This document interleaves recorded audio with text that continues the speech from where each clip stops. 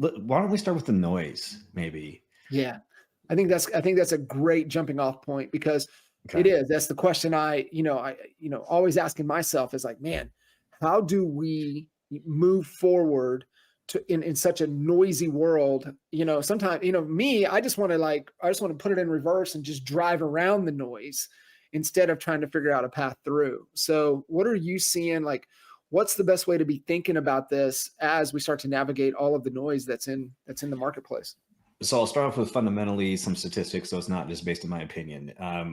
So fundamentally, like there's studies like the McKinsey study that shows that by the end of this year, 90% of all online content will be generated by AI. That's Reddit forums, that's social media, that's blog posts, and then keep going a little bit deeper. That's now not just the posts themselves, but it's in the comments, bots talking to bots, talking to bots, talking to bots, sort of thing.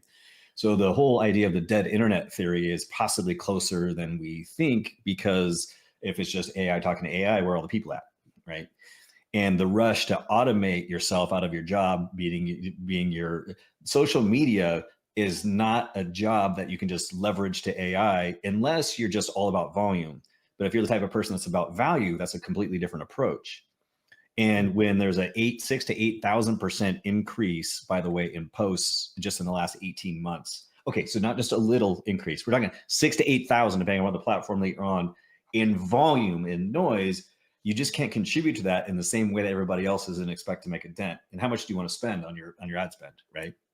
So the way at Huzi we frame this is that, yes, you need to automate and be efficient in your business in some way, but your customers don't pay you more for that. They pay you for a better consumer experience. Mm-hmm. And so, at the end of the day, the old saying that the riches is in the niches has never been more true. That's always been a case of truth. But when you have an AI-powered consumer that has broad knowledge base, and you aren't known for something special, you're just going to be irrelevant.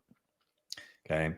So using AI to establish a deep and specific value, maximizing that in a personalized experience, and not using AI as a broadcaster, but using AI as a personalizer, that's where the magic happens. And I'll show you how we can do that actually in the platform. It's not theory.